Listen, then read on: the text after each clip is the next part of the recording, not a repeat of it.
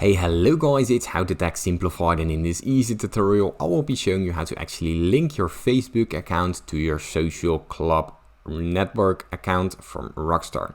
Now you can't do it from out the games launcher. All you have to do is go down to the top right where the icon appears, right here. Simply go down to manage account, and in the manage account it will take you to the browser.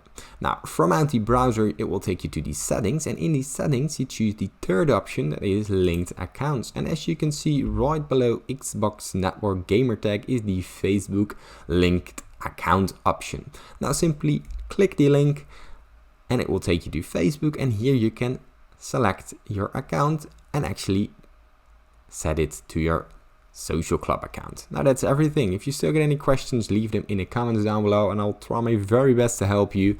Leave a like and subscribe, it helps me out a lot. Thanks for watching.